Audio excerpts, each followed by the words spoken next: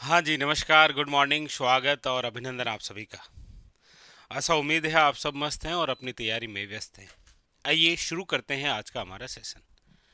जैसा आप सबको विदित है कि हम जिस बिंदु को लेकर चर्चा कर रहे हैं वो है आपके सामने राजस्थान जीके, और राजस्थान जीके में जिस सेगमेंट को लेकर चर्चा कर रहे हैं वो है आपके आर्ट एंड कल्चर, कला और संस्कृति। कला और संस्कृति के अंदर उन क्वेश्चनों को हम सोल्व कर रहे हैं जो अभी आपके हाल ही में यानी कि 2025 और 26 के अंदर जो पेपर हुए हैं, उन पेपरों के अंदर जो कल्चर के क्वेश्चन आए हैं उनके बारे में, ताकि आपकी भी प्रैक्टिस और रिवीजन याद रखिएगा। चलिए आगे। उससे पहले कोटिली क्लासेस ऐप पर जो है वो आपके लिए बीएसटीसी का कोर्स जो है वो आपके अवेलेबल है, जिसकी शुरुआत अभी हुई है आपके 8 अप्रैल को। ठीक है, 8 अप्रैल से बैच की शुरुआत हुई है, ये भी अवेलेबल है। पीआरपी पब्लिकेशन की ये गाइड जो है ये भी आपको मिल जाएगी। उसके अलावा राजस्थान जीके का जो कोर्स है न्यू बैच स्पेशल जो है वो भी अवेलेबल है। एलडीसी जो है उसका कोर्स जो है वो भी अवेलेबल है। लीजिए, ये रहा आज के हमारे सेशन का पहला क्वेश्चन। क्या पूछ रहा है कि निम्न में से किस ग्रंथ में संत चरणदास जी की सगुण भक्ति संबंधी विवरण प्राप्त होते हैं। यानी कि इनमें से ऐसी कौन सी रचना है जिसके अंदर ये पता चलता है कि संत जो चरणदास जी हैं वो सगुण भक्ति संबंधी विवरण प्राप्त होता है। शबद, ज्ञान सौरोदय, अष्टांग योग या धर्म जहाज, कौन सा ग्रंथ है? यहाँ पर देखिए, बात जिस संत की हो रही है वो है आपके संत चरणदास जी। और संत चरणदास जी की यदि हम बात करते हैं तो आप सब जानते हैं कि इनका जो संप्रदाय है वो है आपके कौन सा? वो है चरणदासी संप्रदाय। और ये जो चरणदासी संप्रदाय है, याद रखिएगा, ये हमारे राजस्थान का ऐसा एक संप्रदाय है जिसकी प्रमुख पीठ जो है वो राजस्थान के बाहर है। और कहाँ पर है? याद रखिएगा, दिल्ली में। कहाँ पर है ये? दिल्ली के अंदर, याद रखिएगा। यहाँ पर आपको पूछा जा रहा है किस ग्रंथ में ये जानकारी हमें मिलती है कि संत जो चरणदास के सगुण भक्ति संबंधी विवरण प्राप्त होते हैं, वो जिस रचना के अंदर प्राप्त होते हैं वो है, याद रखिएगा, शबद। कौन सी रचना के अंदर है? याद रखिएगा, शबद में इसकी जानकारी मिलती है। ठीक है,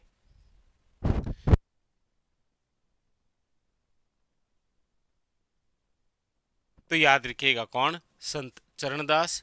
और चरणदासी संप्रदाय के अंदर आप दो महिला शिष्यों के नाम भी सुनते हैं, अक्सर एग्जाम के अंदर आपको देखने को मिलते हैं। महिला शिष्या कौन कौन सी?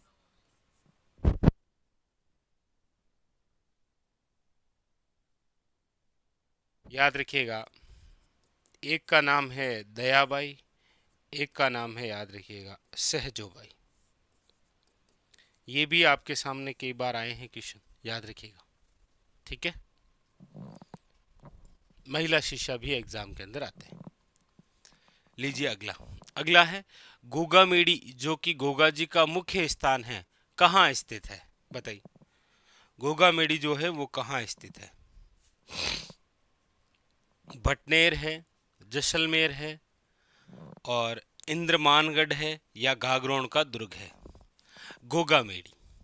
देखिए, आप सब पढ़ते भी हैं, आप सब जानते भी हैं कि गोगा जी ने गजनवी से जब मुकाबला किया था तब, याद रखिएगा, जहां पर इनका शीश गिरा था वो तो कहलाया था शीर्ष मेड़ी, याद रखिएगा। और जहां पर धड़ गिरी थी वो कहलाया था धुर मेड़ी। और इस शीर्ष मेड़ी और धुर मेड़ी में से गोगा मेड़ी कौन सा है? तो याद रखिएगा, जहां पर धुर मेड़ी है वही गोगा जी का क्या है? मुख्य मंदिर है, मुख्य स्थान है, इसीलिए ये गोगा मेड़ी मंदिर के नाम से जाना जाता है। इसका निर्माण जो है वो, याद रखिएगा, किसने करवाया था? फिरोज शाह तुगलक ने, याद रखिएगा, किसने करवाया था? फिरोज शाह तुगलक ने। और ये जो गोगा मेडी है ये आपके वैसे तो कहाँ पर है, तो आप कहेंगे सर हनुमानगढ़ में, लेकिन यहाँ हनुमानगढ़ ऑप्शन में नहीं है। याद रखिएगा ये मंदिर जिस दुर्ग के पास में है वो है आपके इंद्रमानगढ़। कौन सा है? इंद्रमानगढ़ जो दुर्ग है उसके पास में है, याद रखिएगा। मतलब ऑप्शन नंबर जो है वो क्या हो जाएगा यहाँ पर, सी इज करेक्ट आंसर, याद रखिएगा। ठीक है। और एक, हाँ वो बिल्कुल सही है, वो गोगा जी की ओलडी है जिसे लघु मेडी कहते हैं, वो खिलोरियों की ढाणी सांचौर जालोर के अंदर है। ठीक है।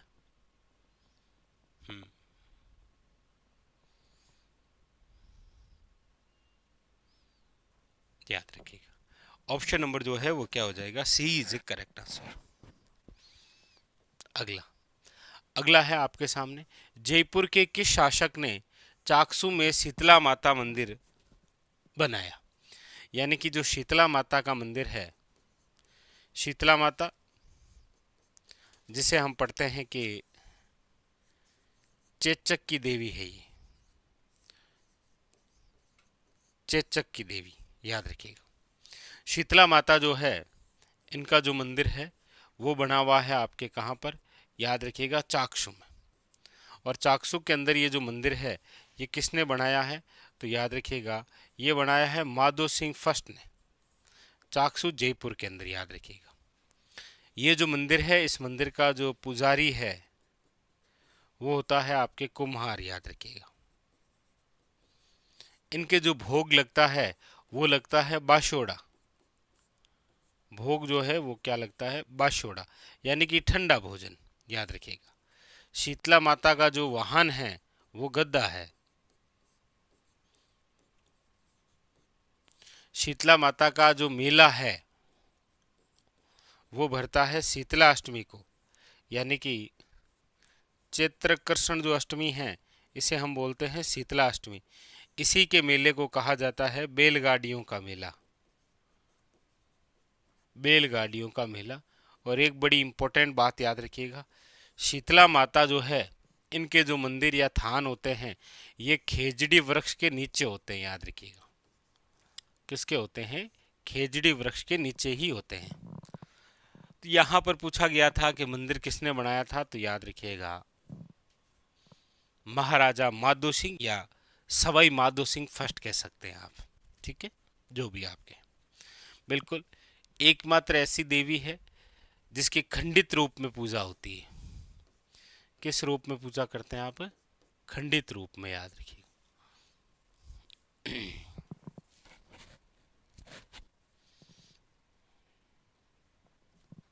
चलिए आगे, अगला है अब्दुल अजीज मक्की की प्राचीन दरगाह जो है वो कहाँ स्थित है? बहुत अच्छा क्वेश्चन, कई बार इस प्रकार के क्वेश्चन आपको देखने को मिलते हैं। कौन सी है? अब्दुल अजीज मक्की, अब्दुल अजीज मक्की की जो दरगाह है वो आपके कहाँ पर है, ये पूछ रहा है आपको।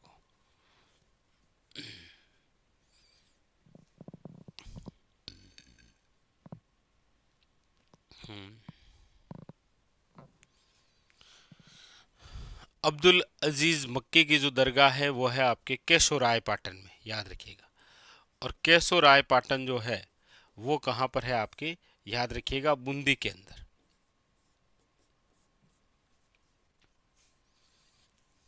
बूंदी के अंदर है, याद रखिएगा। ठीक है, केशोराय पाटन बूंदी, अब्दुल अजीज मक्की की दरगाह है ये। पूछा जाता है आपको एक मिट्टे शाह की दरगाह भी, मिट्टे शाह की दरगाह, कमेंट करिए कहां पर है ये मिट्टे शाह की दरगाह। मिट्टे शाह की जो दरगाह है वो कहां पर है बताइएगा।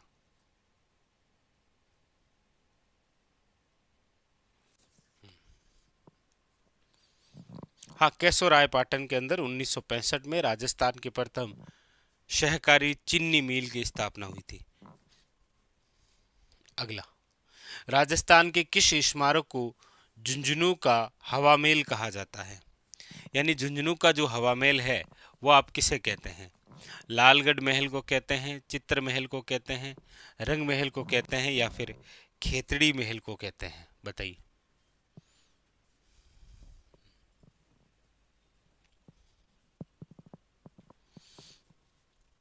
तो आप कहेंगे सर झुंझुनू का हवा महल जिसे कहते हैं वो है, आपके याद रखिएगा, खेतड़ी का महल। कौन सा है? खेतड़ी का महल। इसे ही याद रखिएगा, शेखावटी का हवा महल कहते हैं। शेखावटी का हवा महल। और खेतड़ी का जो महल है वो कहाँ पर है? याद रखिएगा, झुंझुनू में। ऑप्शन नंबर जो है वो क्या हो जाएगा? D is the correct answer. ठीक। अगला, मेवाड़ के शासक का नाम बताइए जिसने चित्तौड़ को समिदेश्वर के मंदिर का जीर्णोद्धार करवाकर पूर्व मध्यकालीन तक्षण कला को जीवित रखा था। यानी कि ऐसे कौन से शासक हैं जिन्होंने चित्तौड़ यानी मेवाड़ के अंदर जो समिदेश्वर मंदिर बना हुआ है उस समिदेश्वर मंदिर का जीर्णोद्धार करवाकर पूर्व मध्यकालीन तक्षण कला को जीवित रखा था? यदि वो जीर्णोद्धार नहीं करवाते तो ये समाप्त हो जाता। तो आप कहेंगे सर मेवाड़ के अंदर ये जो समिदेश्वर मंदिर है, इस समिदेश्वर मंदिर का जो जीर्णोद्धार है वो जिसने करवाया है उसका नाम है, याद रखिएगा, महाराणा मोकल। कौन है? महाराणा मोकल। इसीलिए तो इनके नाम से फिर इसे मोकल मंदिर भी कहते हैं, याद रखिएगा। किस नाम से जानते हैं? याद रखिएगा, मोकल मंदिर के नाम से भी जाना गया इसे।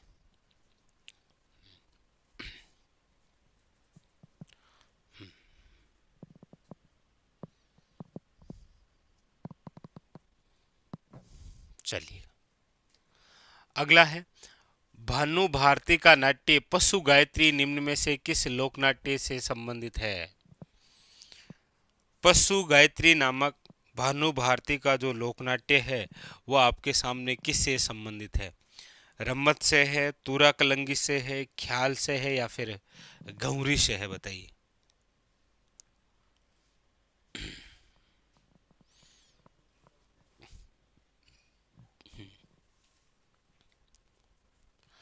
भानु भारती का नाट्य है कौन सा? पशु गायत्री। रम्मत है, तूरा कलंगी है, ख्याल है, या घुंघरी है? तो आप कहेंगे सर इसका जो राइट आंसर है वो है, आपके याद रखिएगा, घुंघरी लोकनाट्य। कौन सा है? घुंघरी लोकनाट्य, जिसे हम पढ़ते हैं राई नृत्य के रूप में भी, याद रखिएगा। घुंघरी लोकनाट्य, या फिर हम क्या पढ़ते हैं? राई नृत्य के रूप में पढ़ते हैं, जो कि आपकी भिल्लों द्वारा, किसके द्वारा किया जाता है? भिल्लों द्वारा, याद रखिएगा। रम्मत की हम बात करते हैं तो आप सब जानते ही हैं कि रम्मत की जो शुरुआत है वो तो हुई थी आपके जैसलमेर से, लेकिन रम्मत जो प्रसिद्ध है वो आज आपके कहाँ की है? बीकानेर की। तो रम्मत क्षेत्र विशेष तो पूछा जाए तो याद रखिएगा पश्चिमी राजस्थान हो जाएगा, वरना बीकानेर। शुरुआत हालांकि जैसलमेर।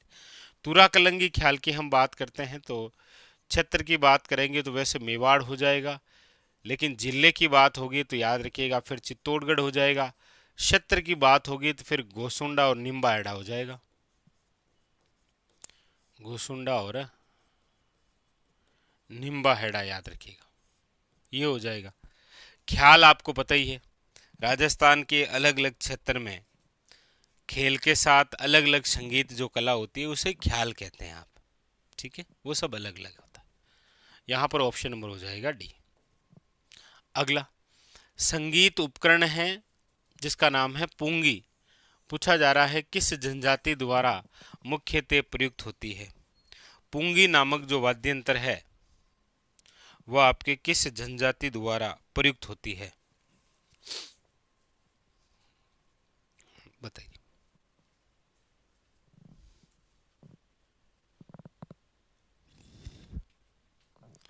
तो आप कहेंगे सर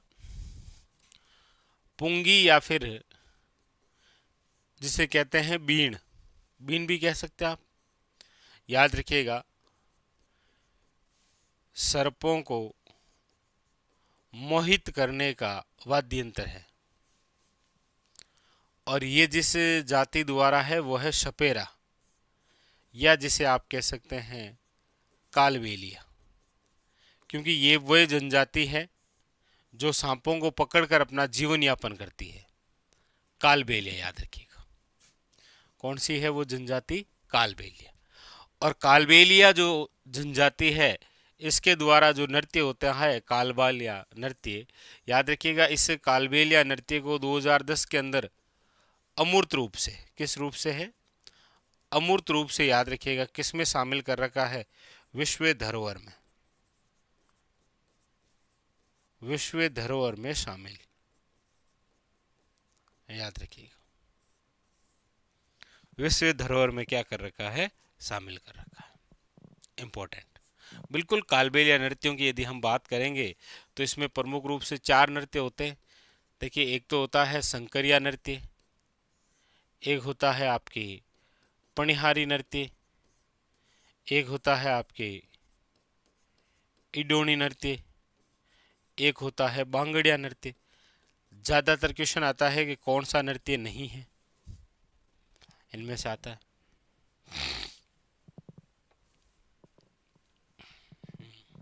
नहीं, वर्तमान के अंदर कालबेलिया नृत्य की जो प्रसिद्ध नृत्यांगना है वो एक तो गुलाबो सपेरा है, एक याद रखिएगा सेनु सपेरा है, सेनु सपेरा ये प्रसिद्ध नृत्यांगना है।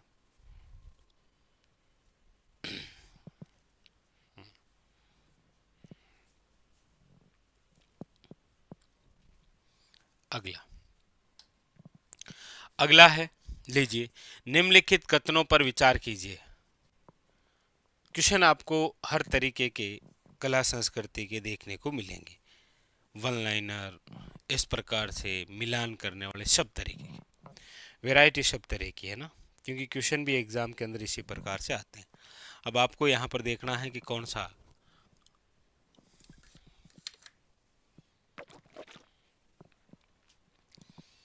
पूछ रहा है। निम्नलिखित कथनों पर विचार कीजिए, नीचे दिए गए विकल्पों में से सबसे उपयुक्त जो उत्तर है उसका चयन करना है। सारे के सारे विद्यार्थी जो हमारे साथ जुड़े हुए हैं, फटाफट कमेंट करके बताइए इसका आंसर क्या होगा। हाँ, करो, विचार करो। देखिए, पहली बात क्या कह रहा है? सबसे पहली बात ये कह रहा है कि अग्नि नृत्य जो है वो जसनाती संप्रदाय का प्रसिद्ध नृत्य है। आप कहेंगे बिल्कुल सही बात है सर, क्योंकि अग्नि नृत्य जो है वो कतरियासर बीकानेर का है, और इसको करने वाले जो पुरुष हैं वो जसनाती सिद्ध पुरुष ही होते हैं। ठीक है, ये सही। दूसरा है, वालर नृत्य जो है वो ग्रासिया जनजाति द्वारा किया जाता है। आप कहेंगे बिल्कुल सही बात है सर, वालर नृत्य जो है वो महिला और पुरुष दोनों मिलकर करते हैं, और याद रखिएगा ये बिना वाद्य यंत्र के होता है, और अभी तक हमारे राजस्थान का सबसे धीमी गति से किया जाने वाला नृत्य है कौन सा? वालर नृत्य, याद रखिएगा। फिर है कामड़ जाति तहरे ताली नृत्य द्वारा बाबा रामदेव जी की महिमा का गायन करती है। आप कहेंगे बिल्कुल सही बात है सर, कामड़ जाति जो है वो तेहरा ताली नृत्य करती है।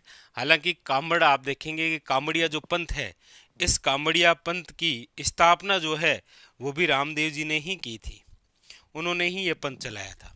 ठीक है। और अगला है कि घेर नृत्य जो है वो कालबेलिया जनजाति की संस्कृति को दर्शाता है। आप कहेंगे नहीं सर, घेर नृत्य जो है ये आपके होली के अवसर पर होता है, होली के अवसर पर, और ये कालबेलिया जनजाति की संस्कृति को नहीं, बल्कि इसकी विशेषता है विचित्र पोशाक। क्या है? विचित्र पोशाक। सफेद रंग की तो पहनते हैं ये अंगरखी, याद रखिएगा। इसीलिए डी जो है वो तो गलत है, तो ए बी और सी, ए बी और सी, सी यानी कि सी, सी इज द करेक्ट आंसर, याद रखिएगा। ठीक है। अगला है, 1260 का प्रतिद्युत साहित्य श्रावक प्रतिक्रमण सूत्र चूर्णी, जिसे तेज सिंह के शासनकाल में तैयार किया गया था, राजस्थानी चित्रकला की किस शाखा से संबंधित है? देखिए यहाँ पर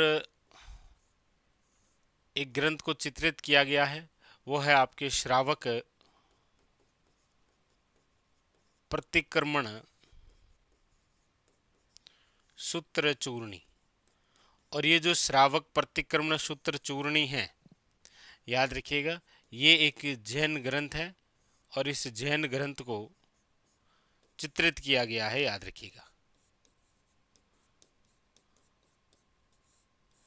और इसको चित्रित किया गया है 1260 के अंदर। किसके समय किया गया है? याद रखिएगा, तेज सिंह के समय। तेज सिंह के समय। बता सकते हैं चित्रकार कौन था? चलिए कमेंट करके बताइए कि इस श्रावक प्रतिक्रमण सूत्र चूर्णी के चित्रकार कौन थे। और याद रखिएगा, तेज सिंह आप सब जानते हैं मेवाड़, यानी कि ये जिस शाखा से संबंधित है वो है आपके मेवाड़ स्कूल, मेवाड़ चित्रशैली। ऑप्शन नंबर क्या है? A is a correct answer, याद रखिएगा। ठीक है,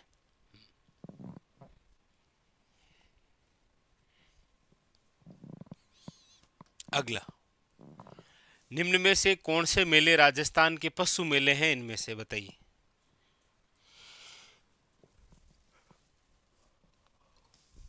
इनमें से कौन से ऐसे मेले हैं जो पशु मेलों के रूप में हम पढ़ते हैं? बताइए।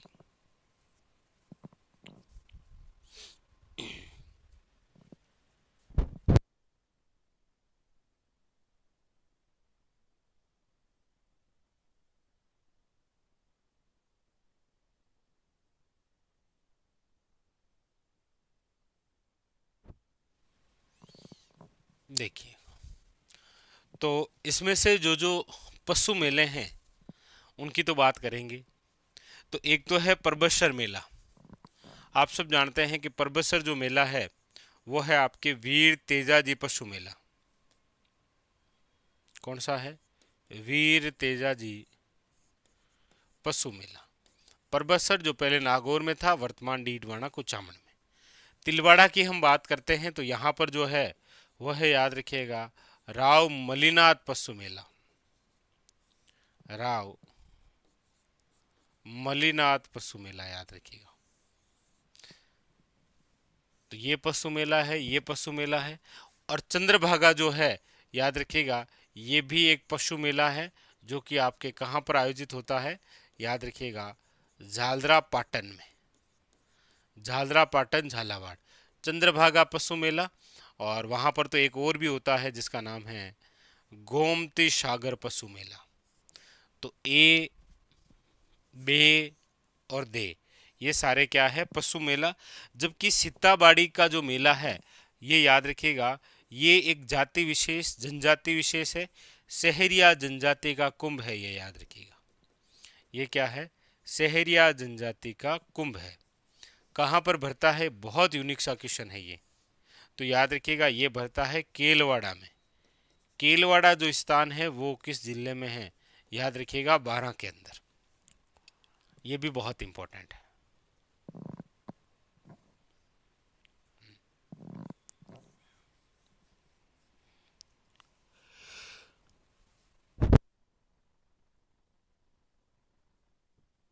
अगला, अगला है राजस्थान के निम्नलिखित त्योहारों को हिंदू कैलेंडर में उनके मनाए जाने के क्रम के अनुसार व्यवस्थित करें, चैत्र मास से शुरू करते हुए।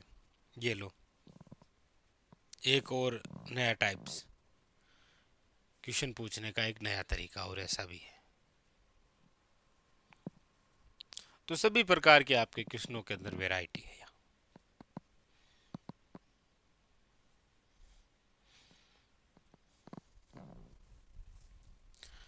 देखिए, यहाँ पर जो बात हो रही है वो हो रही है कि कर्म के अनुसार बताना है, यानी कि चित्र, वैशाख,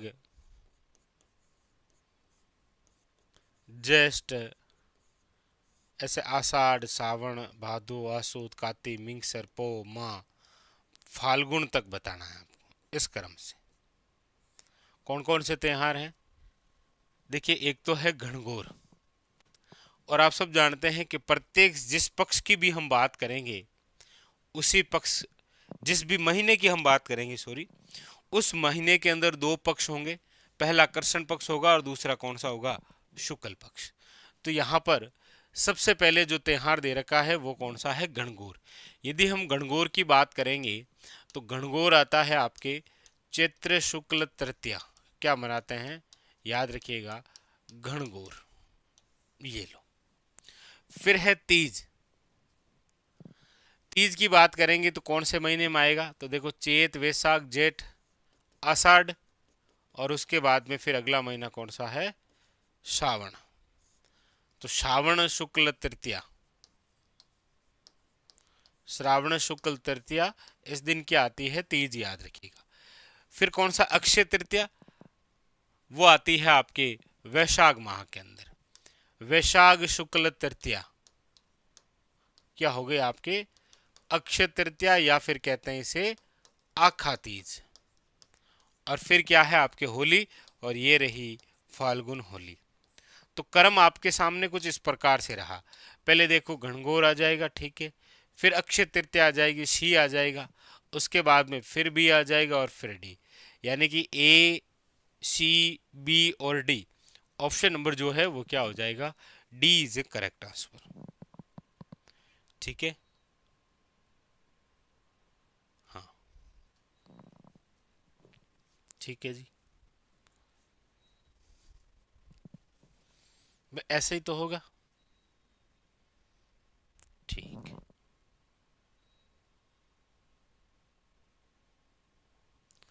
अरे वो उसका कोडिंग नहीं बताना है। तीज त्योहारा बावड़ी ले डूबी घनघोर, तो आ ले डूबी, उसके अकॉर्डिंग नहीं है ना। ये याद रखेंगे, आपको कहा गया हिंदू कैलेंडर के अनुसार बताना, और कैलेंडर तो यही है। चलिए, अगला अगला है, मांगीलाल मिस्त्री कला की किस शैली से संबंधित है? बताइए, मांगीलाल जो मिस्त्री है उसका संबंध राजस्थान की कौन सी कला से है? बताइए।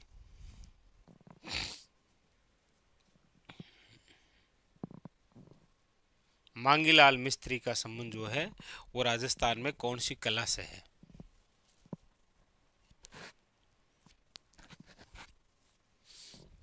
आप कहेंगे सर, यहां पर देखिए, एक तो है गोदना। गोदना का मतलब तो आप सब जानते ही हैं, वो है शरीर पर चित्रांकन। कोष्टक में दे ही रखा है, वर्तमान का टेटू है, शरीर पर चित्रांकन। पहले इसका आदिवासियों में प्रचलन हुआ करता था।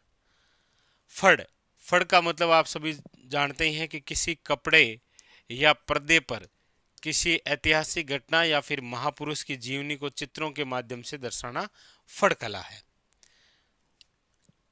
फिर है आपके, इधर देखेंगे तो एक सांझी दे रखा है, याद रखिएगा, वो है आपके गोबर से अलग अलग ज्यामितीय चित्र बनाना। यहां पर जो पूछा गया है कि मांगीलाल मिस्त्री का संबंध किस कला से है, तो याद रखिएगा वो है आपके कावड़ कला से।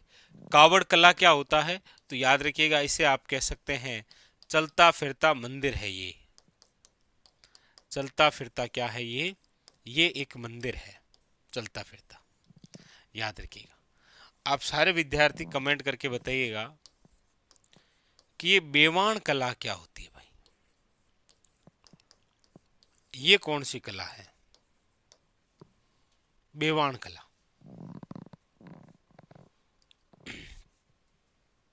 ये क्या होती है?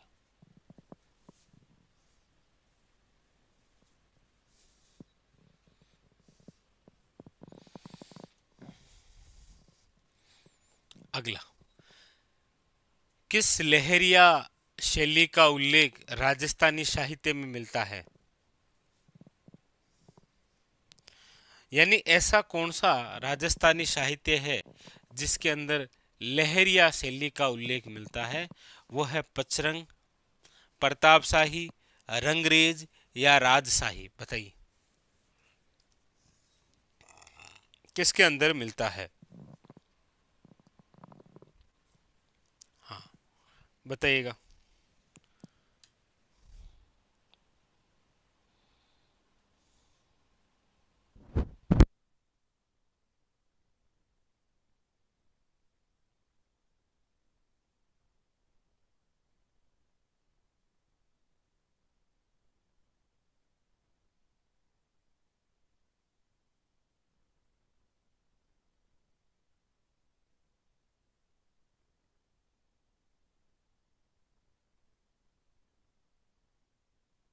बिल्कुल, देखिए, लहरिया, लहरिया शैली का उल्लेख जिस साहित्य में है वो है प्रताप शाही। आप सब जानते हैं कि इसका प्रयोग जो है वो जिस माह में होता है वो है श्रावण माह के अंदर। इसके अंदर क्या होती है कि लहरदार धारियां होती है, लहरदार धारियां होती है।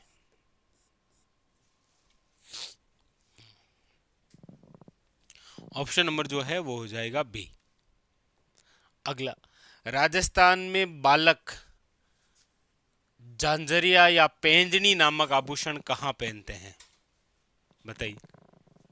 जका छोटा टाबर हुआ है वे झांझरिया और पेंजनी नामक जो आभूषण है वो कहाँ पहनते हैं?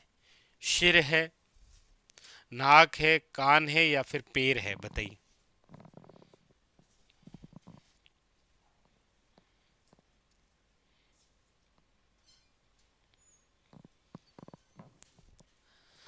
तो आप समझ ही गए हैं, आप कहेंगे सर बिल्कुल सही है। ये जहाँ पहना जाता है वो है आपके सामने पैर, पैर के अंदर ही पहनते हैं झांझरिया या फिर पेंजनी, याद रखिएगा। ठीक। अगला, हाँ लीजिए, अब आया है आपके सामने कि नीचे दो कथन दिए गए हैं। लीजिए, एक कथन है और एक कारण है। आपको पहचानना है क्या दोनों सही हैं। दोनों सही हैं तो क्या व्याख्या करते हैं, और व्याख्या नहीं करते हैं तो क्या एक सही है। जो भी है आराम से पढ़िए इसको और इसका आंसर बताइए क्या होगा।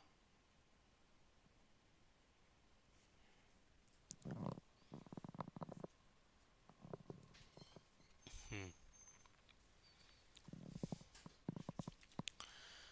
दिलीप कुमार मामा, हाँ देखते हैं इसकी भी करते हैं ना।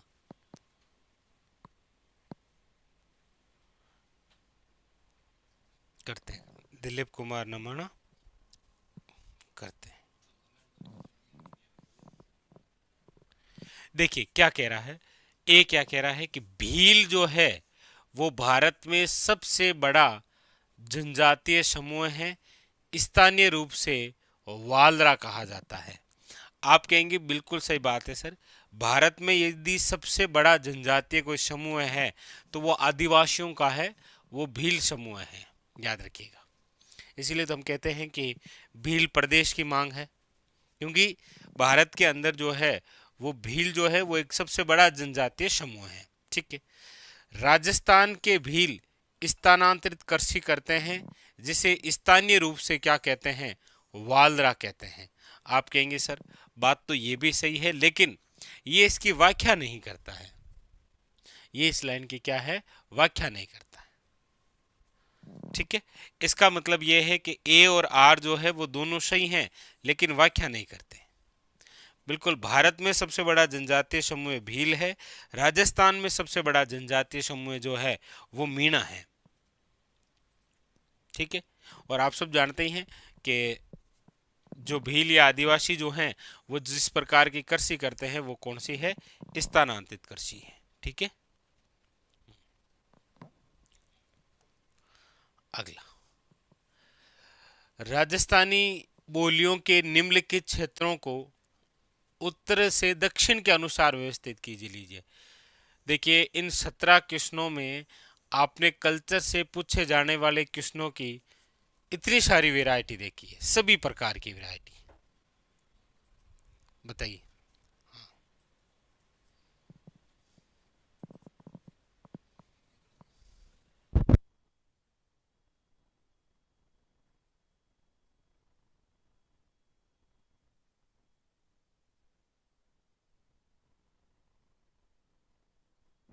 देखिए, मैप है, मैप में दर्शाएंगे इनको। तो ये उत्तर है। ये आपके सामने कौन सी दिशा है? दक्षिण है। देखिए, सबसे ऊपर की हम बात करेंगे तो आपको देखने को मिलेगी, वो है आपके शेखावटी। कौन सी? देखिएगा, यहाँ पर आपको सबसे उत्तरी में देखने को मिलेगी शेखावटी, सबसे दक्षिण में आपको देखने को मिलेगी वागड़ी। ठीक है। फिर यहाँ पर आपको शेखावटी के बाद में आपको देखने को मिलेगी वो है ढूंढाड़ी, और फिर आपको देखने को मिलेगी हाड़ौती। इसका मतलब आप कहेंगे सर पहले बी आएगा, फिर ए आएगा, फिर डी आएगा और फिर सी आएगा, यानी कि B A D C, B A D C. Option number जो है वो क्या हो जाएगा आपके सामने? याद रखिएगा, B is a correct answer. ठीक है, B is a correct answer. चलिए आगे, अगला है उदयपुर क्षेत्र में कौन सी बोली प्रचलित है? यानी कि जो उदयपुर जिला है वहां पर कौन सी बोली प्रचलित है? बताइए, उदयपुर के अंदर कौन सी बोली जो है वो बोली जाती है?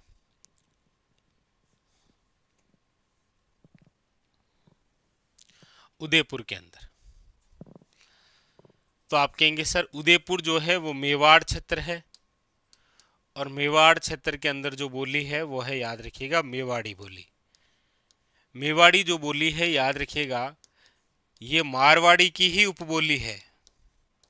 किसकी है? मारवाड़ी की उपबोली, याद रखिएगा, मारवाड़ी की उपबोली है। ठीक है। और मेवाड़ी बोली राज्य की दूसरी सबसे बड़ी बोली है। राज्य की दूसरी सबसे बड़ी बोली, याद रखिएगा, राज्य की दूसरी सबसे बड़ी बोली है। कौन सी? मेवाड़ी। और ये मेवाड़ क्षेत्र में बोलते हैं, और मेवाड़ क्षेत्र का मतलब हो गया है आपके उदयपुर है, चित्तौड़गढ़ है, सलूम्बर है, राजसमंद है, और याद रखिएगा भीलवाड़ा है। तो ऑप्शन नंबर जो है वो कौन सा हो जाएगा? बी इज करेक्ट आंसर, याद रखिएगा। ठीक है। अगला, अगला है आपके कि राजस्थानी साहित्य की ऐतिहासिक परंपरा प्रवृत्तियों को कालानुक्रम के अनुसार व्यवस्थित कीजिए। देखिए, यहां पर जब भी हम राजस्थानी साहित्य की बात करते हैं तो राजस्थानी साहित्य का एक बिंदु पढ़ते हैं जिसका नाम है राजस्थानी साहित्य का काल विभाजन। और ये जो काल विभाजन है ये हम पढ़ते हैं 4 प्रकार से, जिसके अंदर सबसे पहला जो काल आता है वो है, याद रखिएगा, वीर गाथा काल। वीरों की गाथा है। उसके बाद में फिर आता है, याद रखिएगा, भक्ति काल। कौन सा है? भक्ति काल। फिर इसके बाद में आता है आपके श्रृंगार, रीति, या फिर नीति प्रेरक काल। याद रखिएगा, नीति प्रेरक काल। और उसके बाद में फिर आ जाता है विविध या फिर आधुनिक काल। तो ये क्रम रहा है। वीरगाथा काल यहां पर देखेंगे तो बी में है, फिर आपके सामने भक्ति काल है तो डी है, फिर ये ए है और फिर सी है, यानी कि B D A C. Option number जो है वो क्या है आपके सामने? याद रखिएगा, C is a correct answer है। सी जो है वो क्या है? करेक्ट आंसर, याद रखिएगा। ठीक है जी।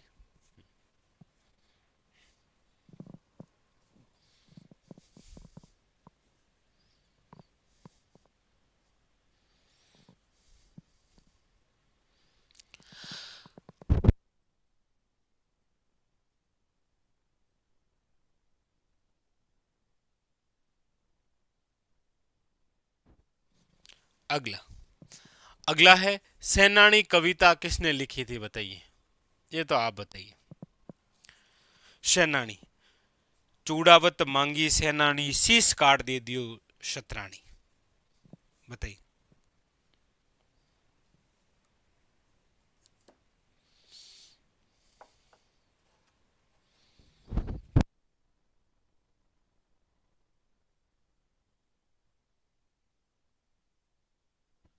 हाँ, किसके द्वारा है?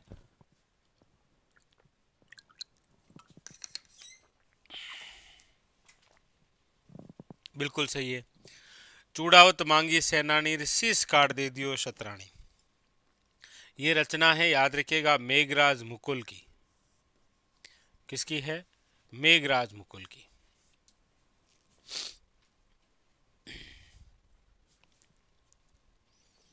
अगला अगला है आपके सामने कि वीर मायन ग्रंथ के बारे में निम्नांकित कथनों में से विचार करें। करो, विचार करो और सही विकल्प का चयन कीजिए। बताइए। वीर मायन नामक है आपके सामने एक ग्रंथ दे रखा है, इसके बारे में पूछा गया है। बताइए।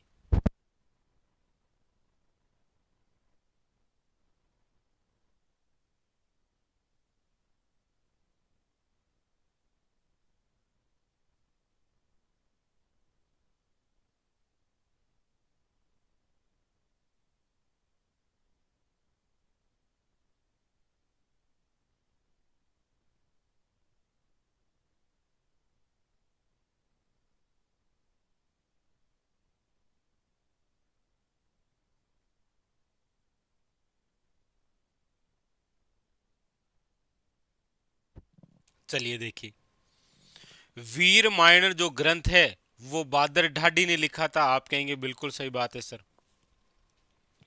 फिर है कि इस ग्रंथ में जालोर के काहनड़ देव के पुत्र वीरमदेव के शौर्य का वर्णन है। आप कहेंगे नहीं सर, ये वर्णन आपको देखने को मिलेगा, वो ग्रंथ है वीरमदेव सोनगरारी वात। वीरमदेव सोनगरारी जो वात है इसके अंदर, या फिर काहनड़ देव प्रबंध, जो किनकी रचना है?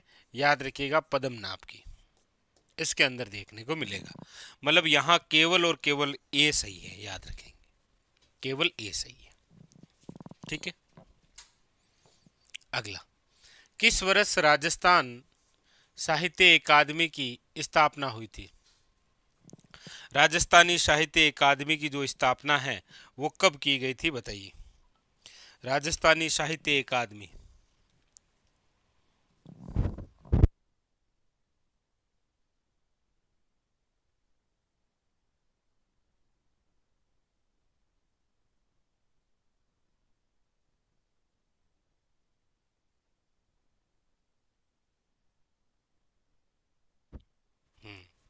बिल्कुल, देखिए, राजस्थानी साहित्य जो अकादमी है इसकी जो स्थापना है वो हुई है आपके 1958 में। कहाँ पर है ये? तो याद रखिएगा, उदयपुर में। इसके द्वारा एक पत्रिका निकाली जाती है जिसका नाम है मधुमती। और याद रखिएगा, साहित्य का सर्वोच्च पुरस्कार भी इसी अकादमी द्वारा दिया जाता है। साहित्य का सर्वोच्च पुरस्कार, और उसका नाम है, याद रखिएगा, मीरा पुरस्कार। कौन सा पुरस्कार दिया जाता है? वो है आपके सामने मीरा पुरस्कार, याद रखिएगा। तो राजस्थानी साहित्य अकादमी की स्थापना जरूर याद रखिएगा 1958 के अंदर है, उदयपुर में है, पत्रिका मधुमती है, और साहित्य क्षेत्र के अंदर राजस्थान में सबसे बड़ा पुरस्कार यही है जिसका नाम है मीरा पुरस्कार, याद रखिएगा। ठीक है जी, चलिए आगे।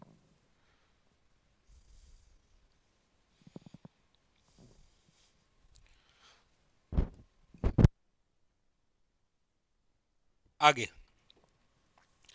बच्चे के जन्म पर कौन सा गीत गाया जाता है? बादली, लालर, झच्चा या जोधपुर की मांड? बताइए।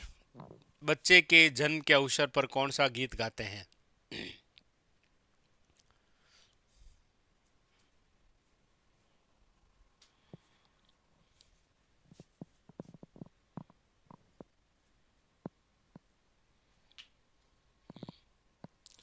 बच्चे के जन्म अवसर पर।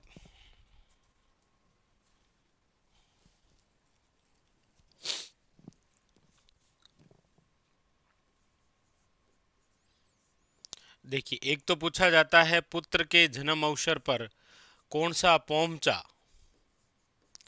तो याद रखिएगा पीला पोमचा। हालांकि पुत्री के जन्म अवसर पर याद रखिएगा, पुत्री के जन्म अवसर पर जो है वो है आपके कौन सा, याद रखिएगा गुलाबी पोमचा। ठीक है, तो यहां पर है कि बच्चा, जब होगा बच्चा तब गाएंगे जच्चा।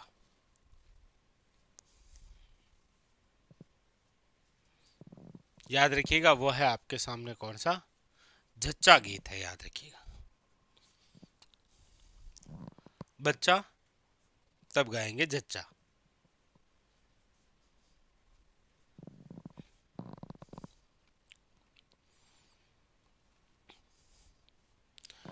नहीं नहीं, ये लालर, माछर, पटेलिया, ये सब के सब पर्वतीय गीत हैं। हाड़ौती का बादली गीत है, वर्षा ऋतु में गाया जाता है। ठीक है,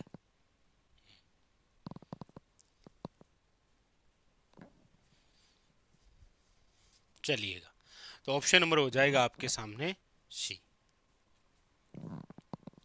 अगला अगला है पहाड़ियों से लेकर मैदानों तक शहर के किलों का निर्माण खाली जगह की अवधि थी। क्या क्वेश्चन पूछा है, शानदार सा। पहाड़ियों से लेकर, कि पहाड़ी भाग पर सबसे पहले किला बनाते थे, पहाड़ी भाग से लेकर मैदानी भाग तक शहरों के किलों का जो निर्माण है वो कौन सी अवधि थी। मुगल प्रभाव के तहत संक्रमण, वास्तुकला में उन्नति थी, आधुनिकरण था, या राजपूतों और मुगलों के बीच सौहार्दपूर्ण संबंध थे। किस काल के अंदर इस प्रकार के किले आपको दिखाई देते हैं, यह आपसे पूछा गया है, बताइए। कौन सा वो टाइमिंग था जब राजस्थान के अंदर किले जो है वो पहाड़ी क्षेत्रों में बनते थे, लेकिन धीरे धीरे मैदानी क्षेत्र तक बनने लगे, वो टाइमिंग क्या है।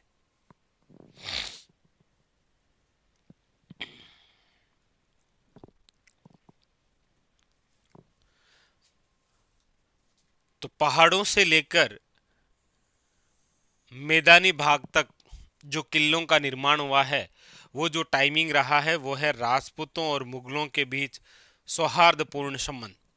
वरना क्या है कि पहले जो राजा है वो किला पहाड़ी पर ही बनाते थे, लेकिन फिर मुगलों के साथ जो है वो धीरे धीरे वैवाहिक संबंध भी हुए, तो धीरे धीरे आप देखेंगे किले जो है वो मैदानी भाग पर भी बनने लगे। ठीक है, अधीनता भी स्वीकार हुई, समझौता भी हुआ, संधियां भी हुई, बहुत सारी बातें। तो याद रखिएगा ऑप्शन नंबर क्या है, D is the correct answer.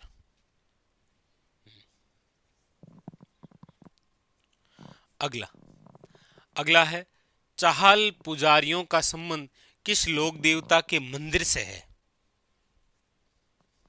बताइए। चाहल पुजारी जो है, चाहल वैसे या फिर इनको बोलते हैं चोयल,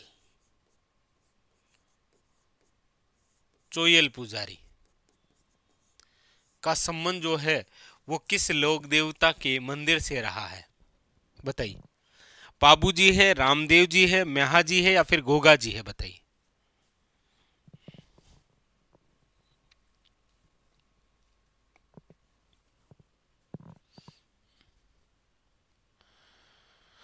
हाँ, चाहेल या चोयल,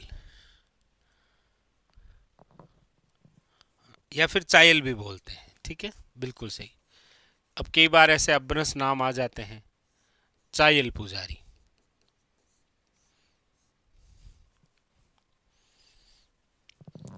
तो याद रखिएगा ये जिस मंदिर से संबंधित हैं वो है, याद रखिएगा गोगा जी का मंदिर। याद रखिएगा कौन सा मंदिर है, गोगा जी का मंदिर।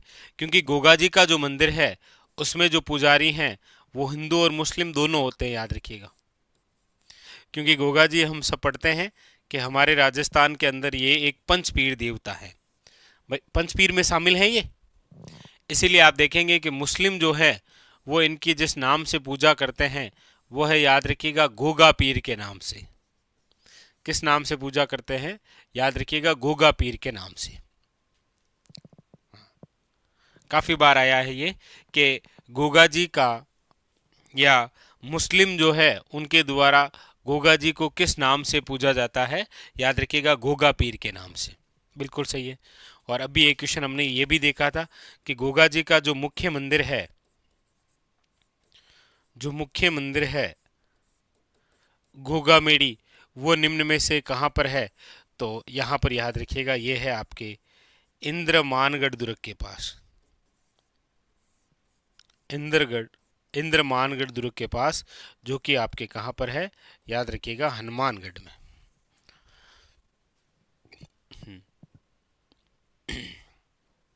बिल्कुल गोगा जी। ठीक है जी, चलिए। तो ये था आज का हमारा सेशन, जहां पर हमने राजस्थान की कला और संस्कृति से संबंधित जिन महत्वपूर्ण क्वेश्चनों के बारे में चर्चा की है, वो महत्वपूर्ण क्वेश्चन है आपके सामने 25। देखिए, प्रतिदिन डेली सेशन के अंदर लगातार अभी तक हम 10 के लगभग सेशन लेंगे, और उसके अंदर पूरी पूरी जो चर्चाएं हैं वो कला संस्कृति की करने वाले हैं। 10 दिन का मतलब हो गया आपके सामने 250 क्वेश्चन, और 250 क्वेश्चन का मतलब है कुछ थ्योरी से कुछ, तो लगभग हम इन 10 दिनों के अंदर 300-400 क्वेश्चन जो है वो सोल्व करेंगे। उससे क्या होगा कि आपकी जो पूरी कल्चर है, पूरी जो कला संस्कृति है, इसका पूर्णतः क्या हो जाएगा, एक बार रिवीजन हो जाएगा पूर्णतः। ठीक है, तो चलिए फिर मिलते हैं अगले सेशन में, जहां और चर्चा करेंगे शानदार। देखिए, फिर अभी कला संस्कृति के बारे में चर्चा कर रहे हैं, फिर जियोग्राफी के बारे में इसी प्रकार के सेशन लेकर आएंगे, फिर आपके हिस्ट्री से संबंधित सेशन लेकर आएंगे, और फिर कुछ करंट विशेष होगा तो वो भी हम देख लेंगे। ठीक है, चलिए फिलहाल तो आज के लिए इतना ही, मिलते हैं अगले सेशन में, तब तक के लिए धन्यवाद।